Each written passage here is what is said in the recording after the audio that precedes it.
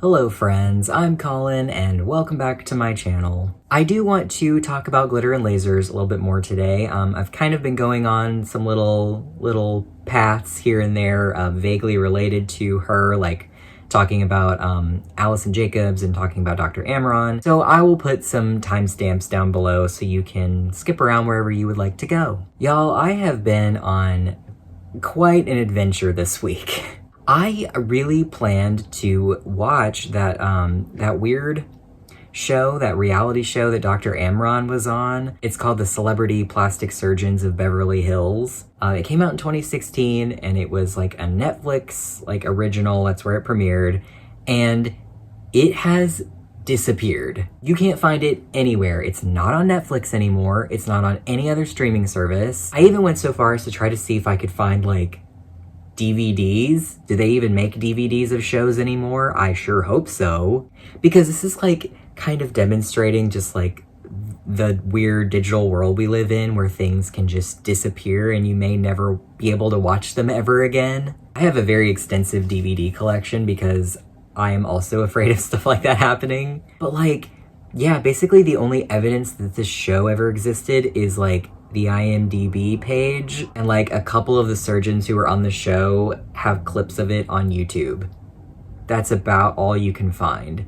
And I did watch a couple of interviews that the main surgeons had in preparation for the debut of the show and whatnot, and I guess it just wasn't very popular and they canceled it after one season, so there's that. I did see enough to know that this was absolutely trash television, and I was so excited to watch it, especially because Dr. Amron is such an interesting figure to me. So even though despite all of my efforts, I couldn't find that celebrity plastic surgeon show, I did find Under the Knife from 2007. And I referenced this in my last video. It is kind of a documentary by Louis Theroux, who is a British journalist.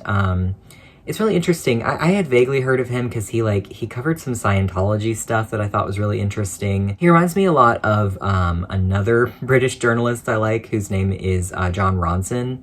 And I don't know if they're currently rivals now, but I think they didn't like each other at some point. There might be some drama there, but they operate in much the same style, which is they don't just report on stuff. They go into it and try to experience it themselves. It's a lot like my favorite podcast, Oh No, Ross and Carrie. Actually, I think both of them have been on that podcast. So Louis Theroux in 2007, he did this whole Under the Knife documentary, and I watched it.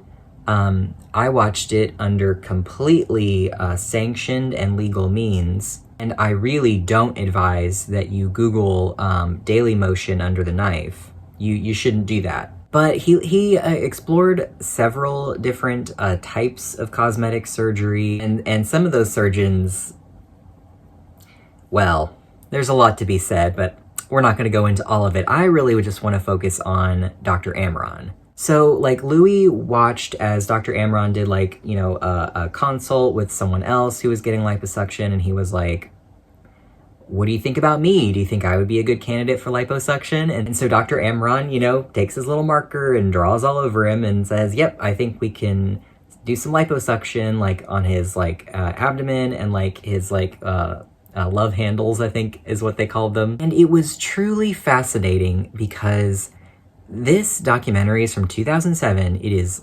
17 years old now, but it seemed to me like Dr. Amron was performing the exact same procedure that he performs now for lipedema patients. He still uses the technique of twilight anesthesia. He still does that tumescent thing where he sucks it out through a tube. It's the same thing. They actually show the surgery in the documentary, and I've seen the video where they showed Anna's surgery on her channel, and it's pretty much the same thing.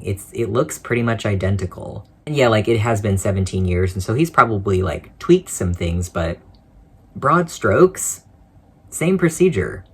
Also interesting that Louis asked Dr. Amron would you ever get liposuction? Like, have you ever gotten this procedure done yourself? And Dr. Amron is like, no, I haven't had it done. And actually, I'm about 8 to 10 pounds overweight. So if I like lost this weight and got down to my ideal weight, I'm pretty proportionate. He literally says, and I quote, "It would be a mistake to do it on me." Just the Adonis that is Dr. Amron. He doesn't need liposuction. But the clip that I tried to use in my last video, it got copyright struck, and like technically I could dispute that because it does fall under fair use, but I don't feel like dealing with all of that, so I'm just gonna describe it to you.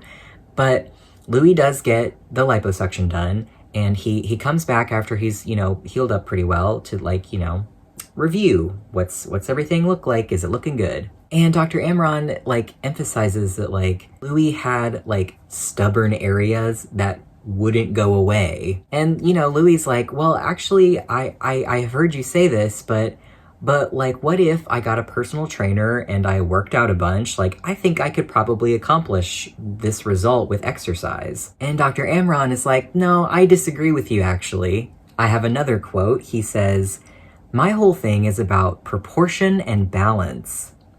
And then he says, if I feel someone can achieve the results that I can achieve with diet and exercise, I don't do them. So basically he's saying, hey, Louis, actually, you could work out and you could eat well. You will never achieve the results that I have given you with liposuction.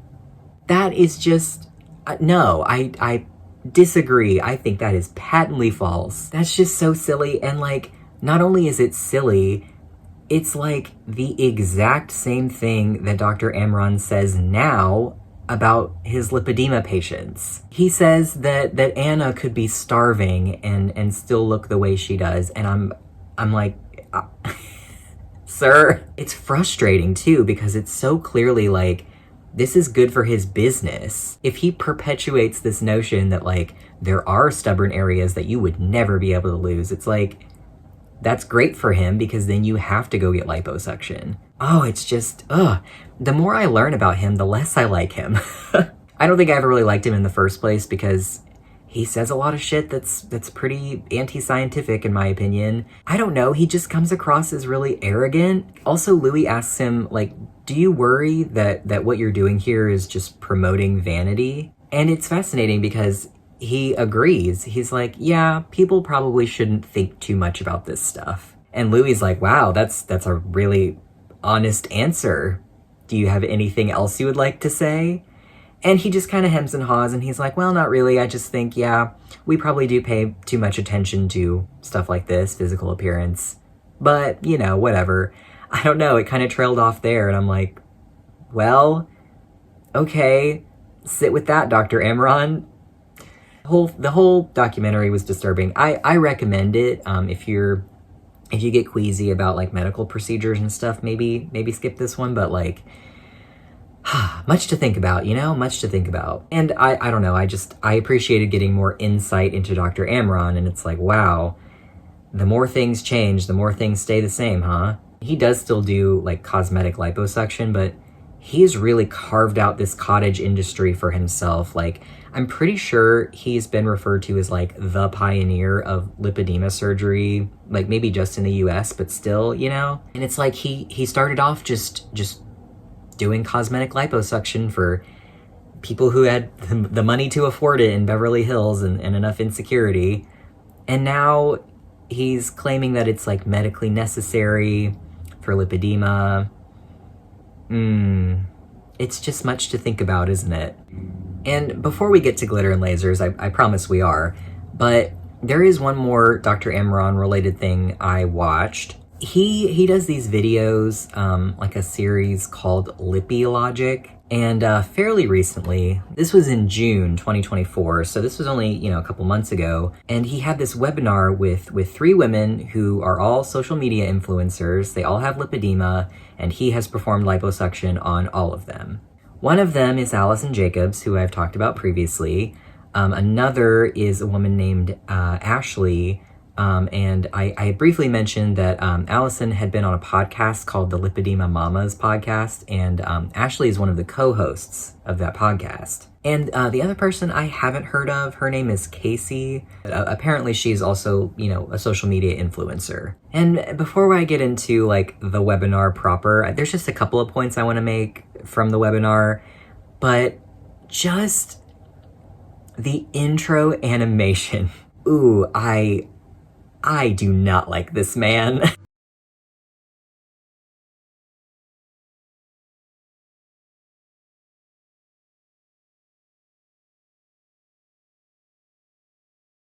He's such a superhero. He's just saving these poor, sad women. Oh, get out of here. Oh, that's so irritating. He just comes across as so extremely arrogant to me. Like, he'll hit you with the low BMI voice to kind of like soothe you and get you to trust him, but then he hits you with the, I'm an Adonis, I am perfectly proportionate, etc., etc. Well, he starts off and he's about to introduce these three ladies, and he's like, they're ambassadors for advanced lipedema treatment, and they're social media influencers, but actually I'd like to refer to them as luminaries. Today, I'm joined by my patient ambassadors, but really, I'm going to give a different term to them. They're more than just ambassadors. They're more than just social media influencers. Social media is something that, we all love and appreciate in many ways. I've struggled myself to accept it in a lot of different ways. My children many times are on it a little too frequently, so I have my feelings about it. And it can do a lot of, it can be a lot of wasted time on it, but it can also do a lot of good too. And a lot of influencers are really influencing people in very positive directions. But I'm going to change the term for these three ladies, because I don't look at them as being just influencers, but really luminaries. And I really feel that way. They really are shedding the light and increasing awareness in such important ways. And I'm so grateful to have them on today and to talk with them. And they're very, they've got a lot to say. So it's going to be a very dynamic exchange of ideas. And I'm like, sir, you're trying too hard. You are absolutely trying way too hard. So, Dr. Amron's apparent arrogance aside, I don't know, Dr. Amron kind of throws some shade at social media at the very beginning of this webinar, like talking about how like his kids spend too much time on social media and da-da-da-da. But he does acknowledge that like these three women are really raking in business for him. He doesn't say it that way, but I will say it that way. These three women, their ambassadorships or whatever, are attracting people to his practice. Whether or not he is paying for their surgeries or not, I have no idea, because they haven't disclosed it.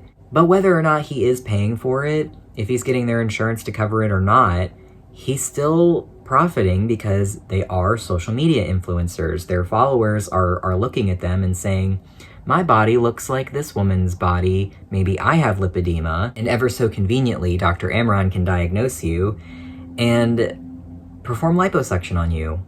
He might tell you you have an illness that prevents you from losing weight, just coincidentally, the same way he told Louis Theroux that he couldn't lose certain portions of fat.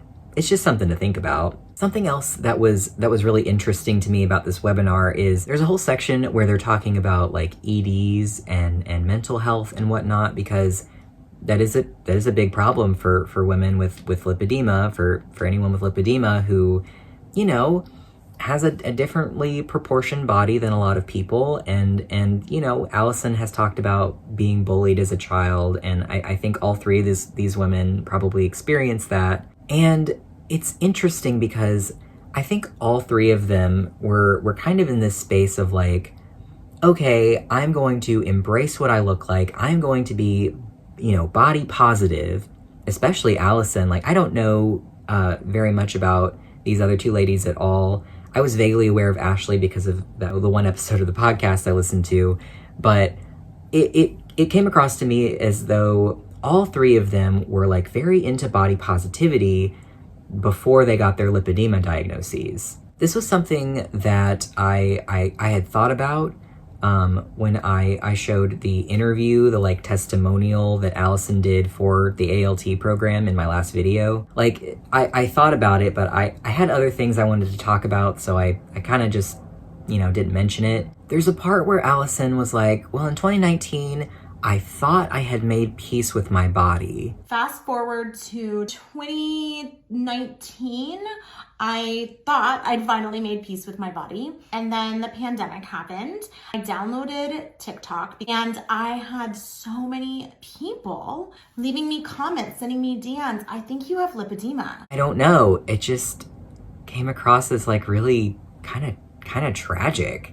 Like, she had finally gotten to the point, after struggling with body dysmorphia and her mental health and EDs and whatnot, she said she felt like she finally got to the place where she was ready to accept her body.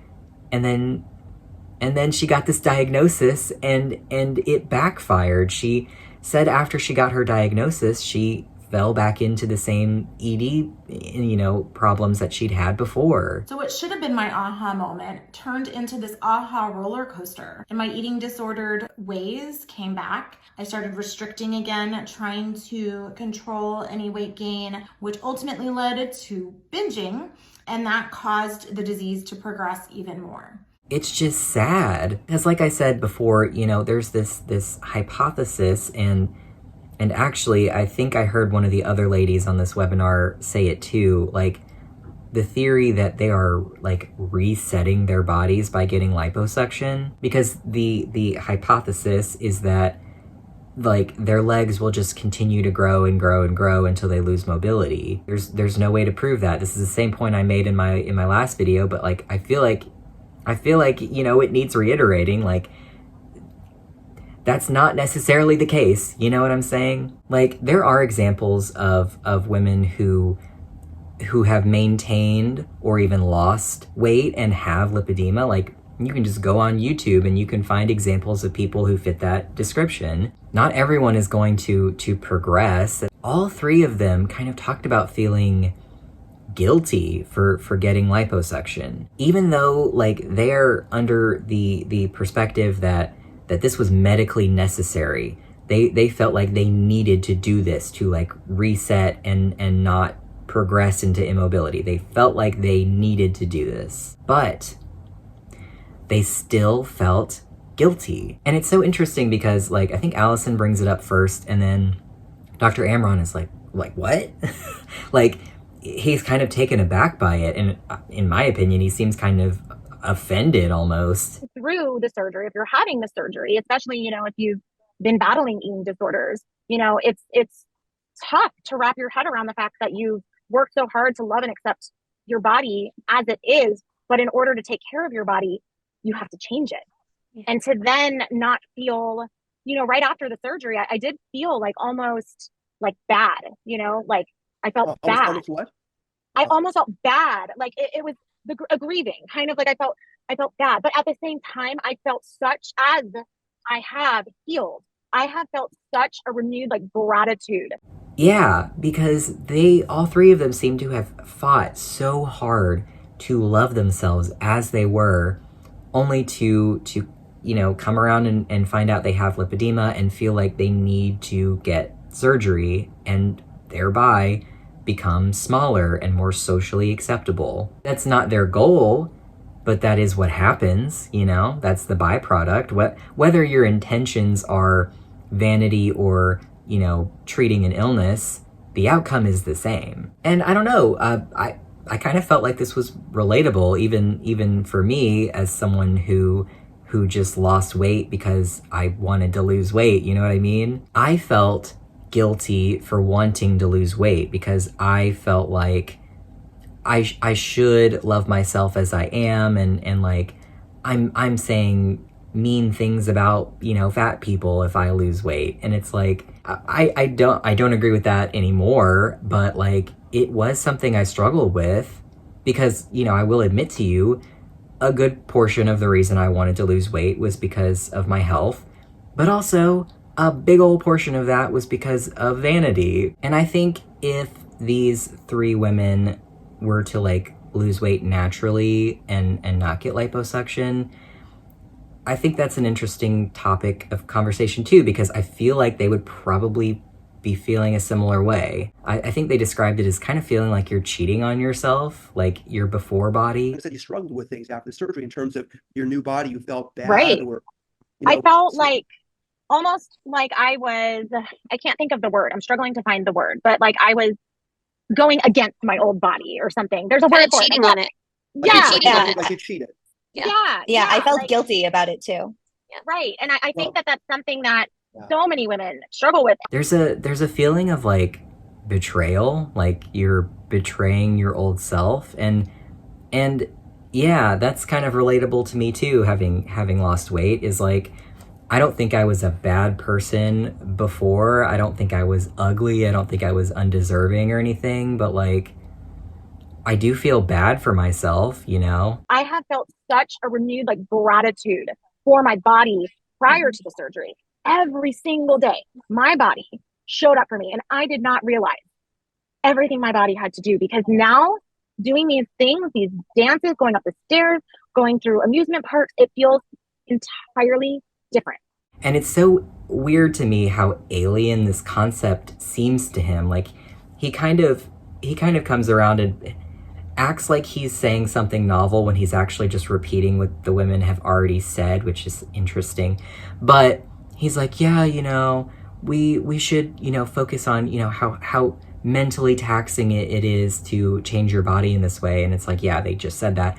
But I talk about the surgeries being a life-changing transformation, and they really are, you know, for people in terms of how they feel and how they look and all that stuff, but how they're dealing with the change in their bodies and how their mind is processing it. And is it accepting it, or is there a disconnect there? It's important, I guess, to acknowledge that. My only concern, though, is that, and I've seen this actually in patients, that they don't acknowledge or accept that surgery is maybe necessary or an important step to a change in things. And they continue to advance and get worse. I've honestly seen in stage 3 and stage 4 patients, they still can't come to grips with the need for surgery. And I'm careful about how I say that, because I don't want to be perceived like I'm trying to just have patients do more and more surgery. No, I agree with you The other completely. part of it, though, if they can't kind of break past that thing and do something that's actually important, it's setting this disease back, and it's progressing despite their best efforts.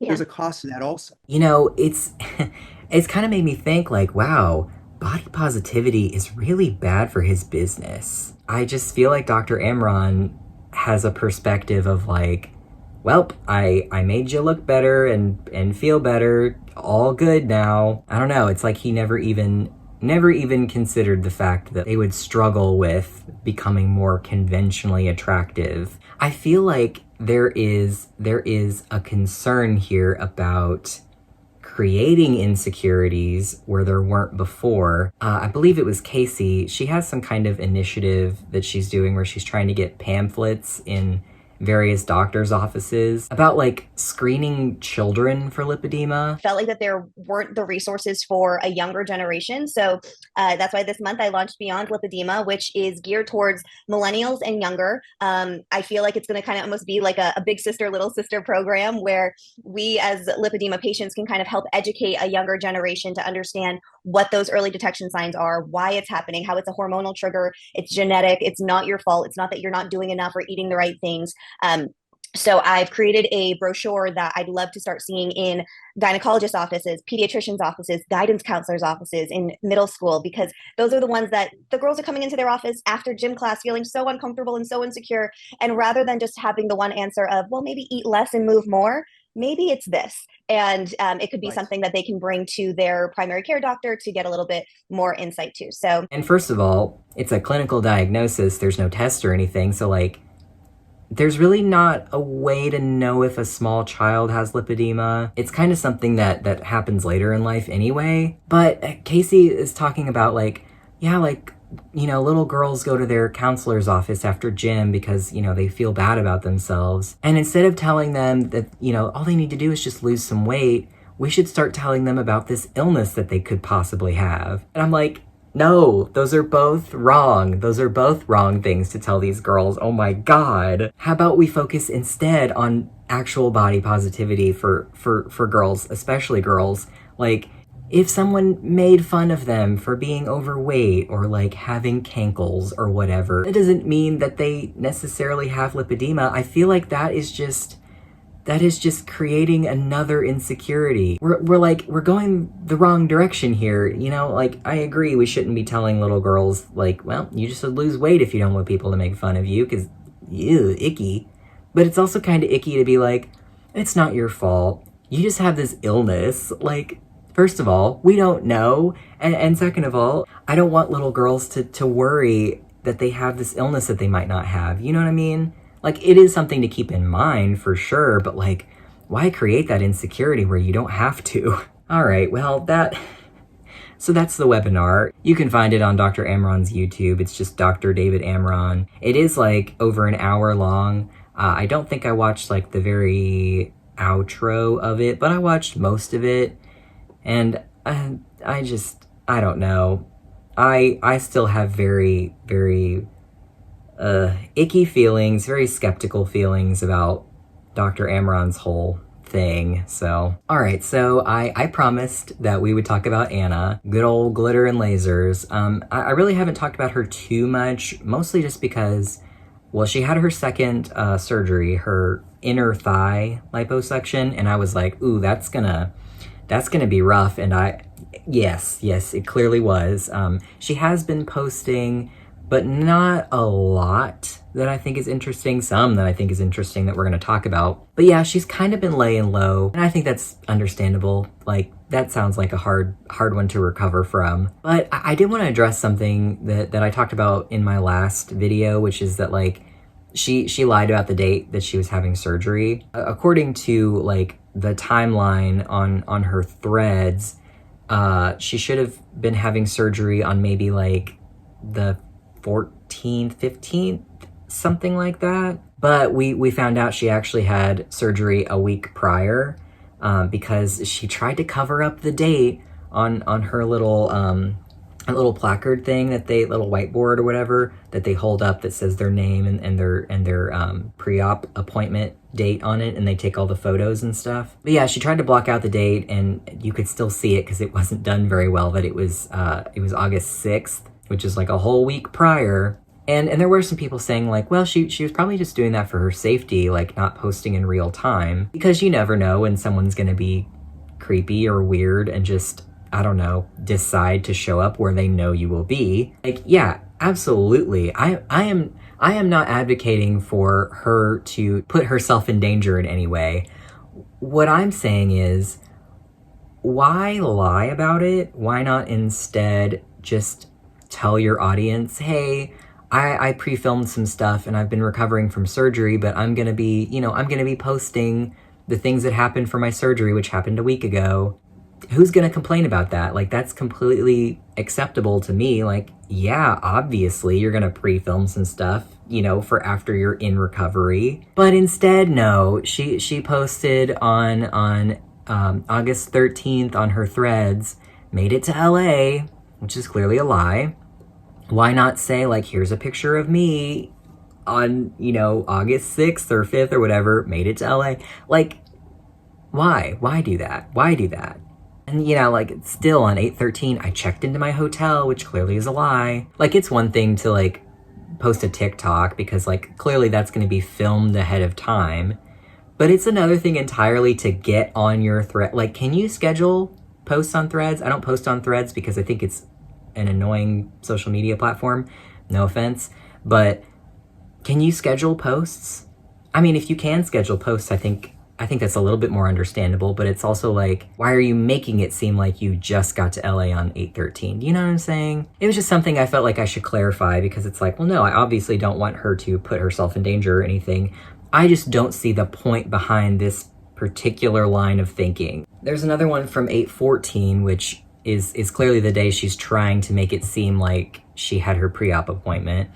And she got the picture and she blocked out the date, which, like, if you block out the date, then people are obviously going to speculate, whatever. She says, I refuse to look sad in my lipedema pre-op photos. She loves a typo on these things. I will love myself through this entire process. Hate the disease, not the person. Which I just thought was funny because it sounds so much like hate the sin, love the sinner, which is something you hear a lot when you're gay in the South, but I don't know. I just thought it was weird that she tooled it that way, especially with the knowledge that she was raised like conservative, like Mormon. Okay, this was another one. This one's from 815. It's like a two-part. She responded to herself also, but the first one says, "It's hard to improve your health and wellness as a plus-size person without getting lumped into being on a weight loss journey," because that would be really offensive if she were doing that. "To be fair, I have lost weight, but the term weight loss journey feels very icky to describe what I've been going through, as my weight was never the primary driver of my choices.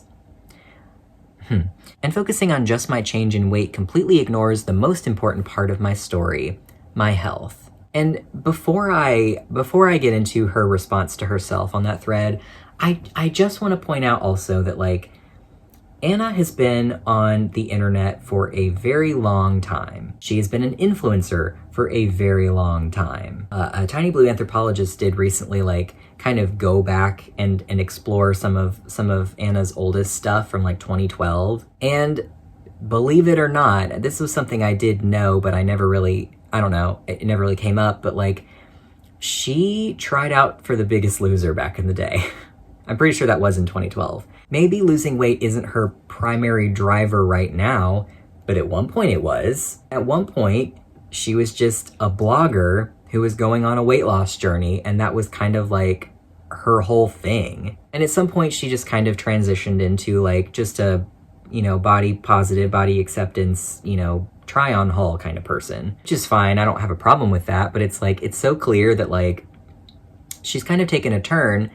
And I also think that this is definitely not the first time I have heard her say this. I've gone through her health journey playlist, which spans back like years at this point. And it's like, she goes back and forth all the time about whether or not she cares about weight loss. Like, you know, we've talked about Amberlin's cycle, Foodie Beauty cycle, stuff like that. And, you know, I've talked about Anna's cycle. I haven't really, you know, I don't think she cycles in exactly the same predictable way that the other girls do, but she definitely does do this a lot. She'll be body positive, you know, doesn't care about losing weight, and then she'll have some kind of crisis and be like, actually my weight is affecting my health, and then she'll go on a weight loss journey, and then I guess she just kind of plateaus, or she just doesn't achieve her goals, and then she kind of goes back into the body positivity thing again. And it's interesting because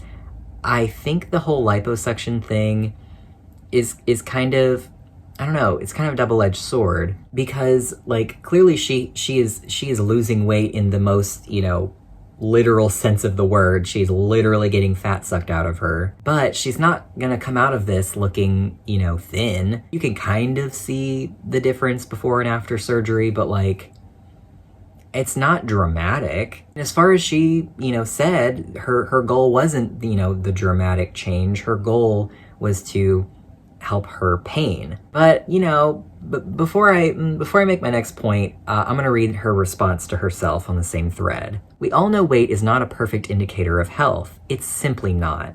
It is, however, a helpful metric in understanding how certain things might affect our health. For example, I have measured changes in my weight to better understand what causes inflammation in my body. This is a bit rambly, but I just feel the one thing this extremely complex journey has taught me is that we as humans love to define perceived health with one data point, which is often weight." Obviously, I have a lot of thoughts about that, but the thing I want to point out is, in a now deleted TikTok, she threw away her scale. Clearly weighing herself has been detrimental to her lately, even if she claims she's just using the scale to like track her inflammation or whatever, because we all know she can gain 40 pounds in inflammation. But I just think it's interesting that she made this post with the knowledge that, like, well before this thread, she was making a TikTok about throwing away her scale because it wasn't useful to her. We as humans love to define, you know, health as just what you weigh, and it's like, well, to me, it sounds like maybe some projecting going on there, Miss Anna. And also, I think it's fascinating, and I'm gonna go to her TikTok now. She has a TikTok where She's wearing this outfit, and you know, in the TikTok, she's just kind of doing her little dancey dance, doing her little horse kick. And the caption of the TikTok says, "Just about to head into my second surgery, and I am celebrating starting to see results from my first. For years, my thighs have been so disproportionate to the rest of my body that I've literally had to buy pants like this, multiple sizes too large, and sew my own elastic in the back to keep them up. I filmed this after being able to finally wear a pair of pants I bought pre-surgery that couldn't even pull up over my legs. To be very clear, the point of my surgery wasn't smaller thighs. These changes mean, first and foremost, better lymphatic flow and circulation, leading to less pain, improved recovery, and reduced bruising. That said, I can't ignore it also means fitting in chairs and spaces better, having access to more experiences, and even the ability to wear more non-stretch outdoor gear. I still have more surgeries and a lot of swelling to come down, but progress is progress, baby. Hashtag lipedema, hashtag health journey, hashtag change, hashtag self-love." Huh, interesting, isn't it? You know, I've heard a lot of those same things, you know, about being able to fit into clothes and fit into chairs and, you know, being able to do more stuff in relation to, you know, like a weight loss journey. She got so mad when people are like, she's just taking the easy way out by getting liposuction.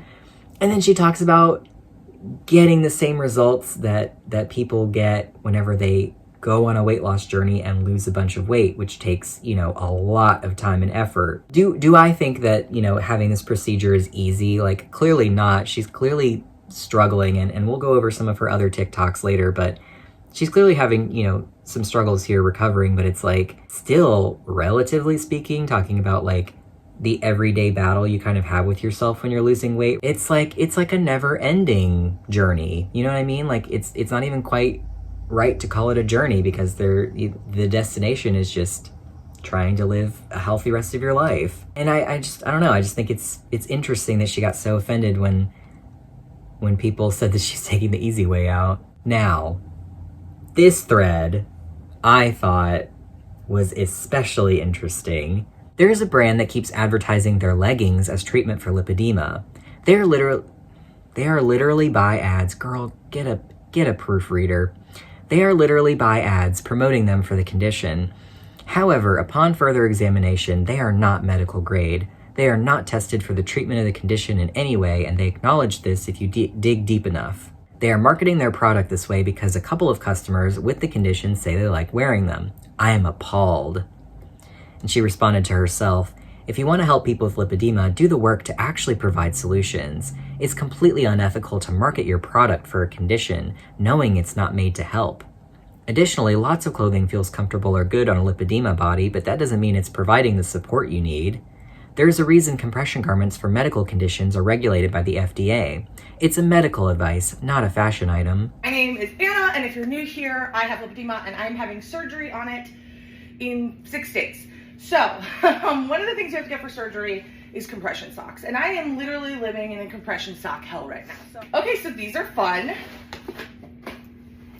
Ooh, let's try the pink ones to match. We have a winner. Winner, winner, winner. Beautiful. Do you see the compression? It's giving health. It's giving good circulation.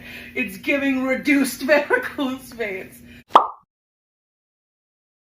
I don't know why that reminded me of that video. She's got another thread that says, "Apparently surgery day brings out the angry academic in me, or at least waiting for the surgery does."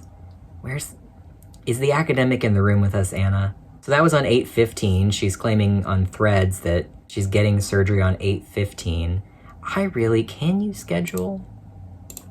I'm just gonna look it up. Can you can't spell a thread host? Oh, well, you can, but you have to use an outside app to schedule a thread. Would she do that? She might. I don't know how techie she is. I think she worked with a tech company, and she likes to talk about how techie she was and whatnot, but I don't know. Whoa, that was weird. I just said that, and it says people also search for, and then there's Sprinkler, which is the company she worked for. That's so weird. But anyway, maybe she's using like a middleman kind of app to schedule her posts, but why would she schedule this rant? You know what I mean? I don't know. The point I'm making is I'm just trying to back up my claim that this is a weird thing to do. I don't think it's weird to conceal the date that you get a surgery. I think it's weird to foster a lie. She's just really weird with timelines. She's a lot like Amron in that way. Just booked a trip to Europe to see the Christmas markets. See what happens when you leave me alone too long. The little treats become big ones. No regrets. Now, who is leaving her alone too long? You know, she made a whole TikTok, and maybe I'll throw it in here, where she's like, I went by myself this time, and I just have to wonder if maybe someone who she wanted to go with her did not go with her. 6 a.m. and today I'm flying to LA to do my neck surgery by myself. One of the questions I got asked last time I did my surgeries, quite a lot, was, what if I don't have anyone to go with me? So this time, I'm going it alone to show you guys what it's like. She has one thread that just says, why do you care? I almost feel like that was like a butt dial. A butt thread, if you will. Don't like that, actually. What's the longest you've gone between washing your hair? That's an interesting one to put on the internet, given certain speculation. I kind of feel the same way about her hair as I feel about her, like, she has like a skin picking problem, is like, that's a mental health problem. I think she has stated a few times now that she is in therapy. She said it in her most recent clothing haul that she is in therapy, and I'm glad. I hope she's getting some help with those problems. I'm not gonna sit here and, you know, I'm not gonna sit here and make fun of her hair or make fun of her face, because I myself have had those problems too. I understand. Here's another one from a week ago now. I'm filming this on August 24th, by the way. So I am going kind of far back in her threads, but some of these I just felt like needed to be addressed. She says, having a pretty hard day. My second surgery was very successful, but I'm definitely more sore and swollen this go around. I made the stupid mistake of reading comments because I'm the dangerous combo of being bored and in a bit too much pain to do anything other than lounge. I still don't understand, with me being so open about all the things I'm doing to work on my health, that it's still not enough for so many people. And then she responds to herself, I literally am getting this new influx of people saying I'm blaming my weight on my condition and it's literally all my fault. For those who know nothing about lipedema, it's a connective tissue disorder caused by a leaky lymphatic system. As a stage 4 patient, I have significant scarring throughout my body, fibrosis, that not only causes pain, but completely clogs parts of my lymphatic system, causing all sorts of problems and significantly altering my metabolism. And that's certainly a theory. I am working on my script for my lipedema video. I'm actually making a lot of progress. It's gonna take me so long to film and so long to edit. I'm at like 30 pages at this point. It's gonna be long, just know that. But that is some stuff I'm gonna talk about, so I don't want to get into it too much right now this second, but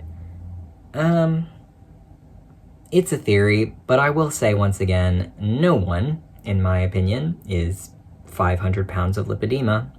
New York ruined eating bagels literally anywhere else for me. I was under the impression that the bagels you got in New York ruined eating bagels in New York. Now, this one sent me spiraling because, well, you'll see. Real talk. I don't know if I'd be as big a Taylor Swift fan if she didn't constantly provide elite level puzzles for us to solve. She's like an artist's and an escape room in one. And there's something about that makes my little nerdy heart very happy. Oh, God, it's like deciphering a whatever. Anyway, okay, the point of this is she self-aware? Because I have said this before. I think I said this in my Doherty Dozen video.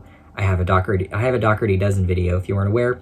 But I kind of made this point where I was like, I feel like the reason people are so interested in like the Doherty Dozen, Amberlyn Reed, Foodie Beauty, Glitter and Lasers, like this really weird sphere of the internet, is because they create all of these little puzzles for us to solve. When did she actually get her surgery? She keeps blocking out dates and posting things out of order. What is the truth about her health journey? She's not been clear. There's just been so many instances of her lying or stretching the truth or obscuring things, and I'm like, is she doing this on purpose? Because she clearly sees it in people like Taylor Swift, and I don't know anything about Taylor Swift, so I didn't even know that was a thing, but like,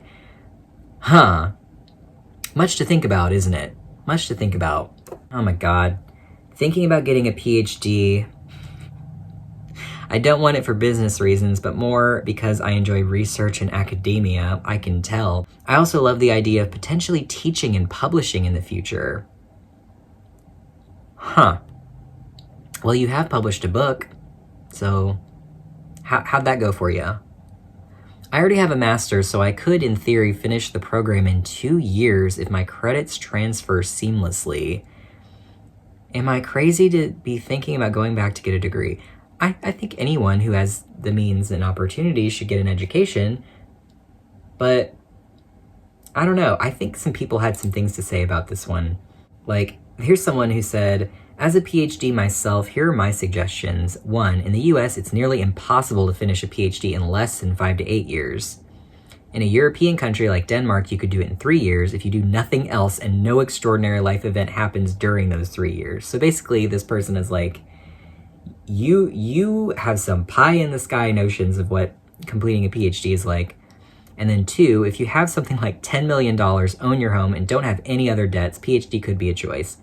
Otherwise, a PhD will keep you poor during a PhD and after it too.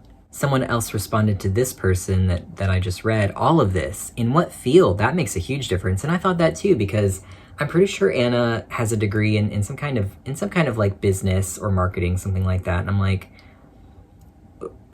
is that her goal? In some kind of business field? I kind of feel her on this. Like I graduated with my bachelor's degree in December 2019. And my plan was to, take a little time, think about what I wanted to do, and then get my master's. And well, if you think about what year it was and what year happened after 2019 and all of the things that happened during that year that was after 2019, basically I never went back and got my master's. And at this point, I don't know if I really care.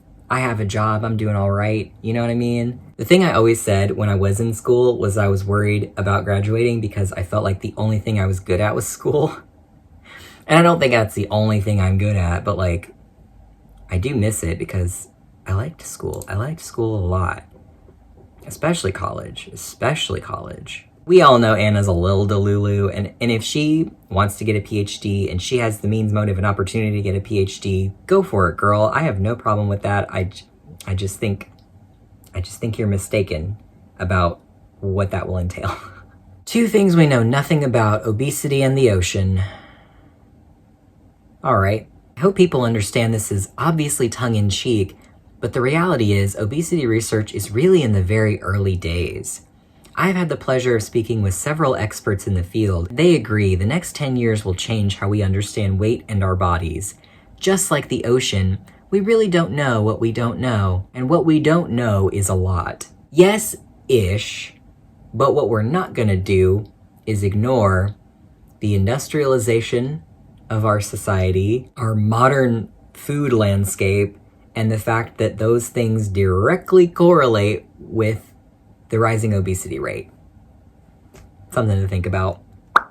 She says she keeps getting packages she has no memory of buying because she bought them while on high on pain meds post-surgery. And I just thought that was interesting because for her first surgery, I saw in like a TikTok comment where she was like, I'm not on any pain medication after the surgery. And I think a lot of people were like, are you sure about that? But this one must have been rough because she is fully well admitting to that.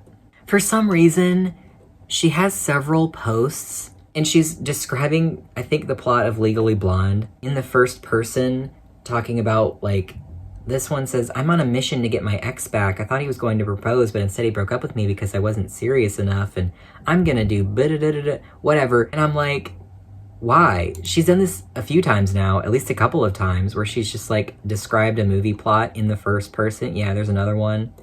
Why? Why? Why are you doing this? Engagement, I guess. Oh, of course she's got her pumpkin spice latte. You've gotta keep that Starbucks partnership going. Another movie plot. Okay. She got mad because she said the Texas grid just gave out. She lives in Texas, and she said the grid just gave out. Their power system, their power grid is a mess. And she's like, well, it's really hot outside. I lost power. And then people got mad because it turned out it was just a local thing, but she could not let it go. As a person recovering from surgery who is heat sensitive and was in a panic last night, period, I cannot believe how many people are mad I said the Texas grid failed without clarifying it wasn't the whole grid. I wasn't trying to spread disinformation. I was pissed that our electrical system in Texas is fickle and often unreliable. Also, only part of something being broken, doesn't mean it's not broken. It's still broken, it just only affects some people. I'm going back to bed. And, for the record, the grid failed me last night because it checks notes. Part of it overheated. Because it checks notes, part of it overheated. So it literally was a localized outage caused by a Texas grid failure. The end. Girl, why do you care so much? Oh my god. I guess I kind of get it. When people are pedantic, sometimes it's like, ooh, cut it out. But it's also like, girl, you did not have to start that with, actually, I'm recovering from surgery and I'm heat sensitive and you shouldn't be Hot take. I'm single and I don't really want to date or find a partner. I don't understand why everyone thinks a relationship is this great marker of success as a woman. To be clear, I'm not anti-marriage or relationships. I think it's great for some people. That said, it doesn't make me sad or broken because I don't prioritize having one. Also, that could change someday if it made sense. I'm just not going to invest any of my time dating when it's not that important to me. Maybe I'll meet someone who will change my mind on this, but I'm also not waiting around or sad about it that I'm single. Shrug emoji. Is the guy who came to put that thing on me my soulmate? Yes, definitely. Oh gosh, that's gonna start something. Okay, well, I've only showed you one TikTok so far. I might show just a couple more. There's one where she's just showing her pre-op thing. It's a lot like, you know, the first go around, where she's like, yep, I'm at the Roxbury Institute, and she's like in her hospital gown, dancing around, talking about mooning people. She accidentally shows her butt in the mirror, and she's like, that's not for free. That's not for free. And my time for photos, so take this off, right? Yes. Time to get naked. Girl, yes it is. It is literally for free all the time on the internet, always. In the exact next scene, she shows herself taking off her gown for these pictures, whatever. So there's that. She's been in her crafting era lately. This is just something she does from time to time. She likes to tie-dye. She's tie-dyed a lot of things. Never seen it before. Like, what? He's so cute. Talking about fashion. I am beautiful, no matter what they say. Words can't bring us down. Don't you bring me down today. She did indeed accomplish her goal of singing Hot to Go during surgery. Natch. You know, I hope she plays Hot to Go. But Anna, this is surgery. H-O-T-T-O-G-O. You can take me hot to go. She has a video where she shows Dr. Amron like marking her up and whatnot. And I don't know, it's just awkward. And it's one of those things again where I'm like, if I had to see it, so do you.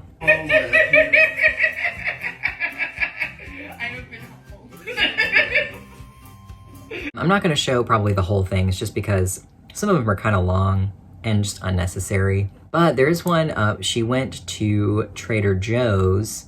See, this was posted 3 days ago.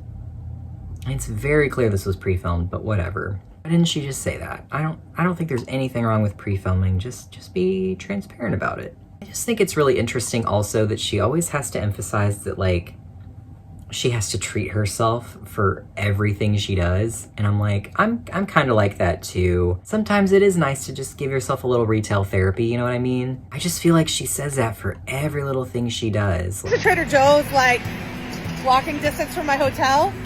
So for today's walk, my first day post-op, we're going to Trader Joe's, and I'm gonna get myself a little present. And I think this is a great way to motivate yourself to walk when you just don't feel like it. So here we are. You tell me I can get a little present, I'm ready to go. Also, forever and always, she will always get in people's way and film people who clearly don't want to be filmed in public, and I just think that is rude and irritating.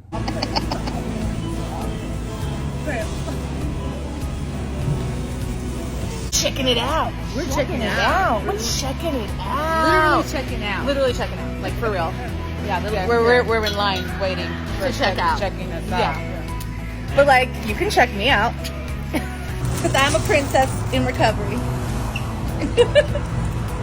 She has a Starbucks ad. I just want to say, I think it's really interesting, and I wouldn't normally say something like this. I don't know. Maybe it'll come across as rude, but I just happened to notice that, like, her face is looking kind of rough lately. Just kind of rough lately. I know she has some issues with that. I myself have had issues with that. Thankfully, not as bad here lately, but, like, I do have like the same issue.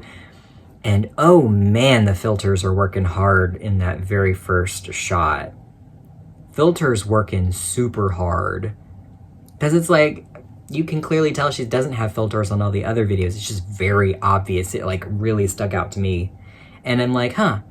And this is a Starbucks ad, which is probably why she has filters turned up to 10. And the last one I'm gonna show is actually just from yesterday. She had a little fun with makeup. I think that's fine. A lot of people have compared her to JoJo Siwa, and I can see why. Makeup should be fun. So I'm just gonna have some fun today.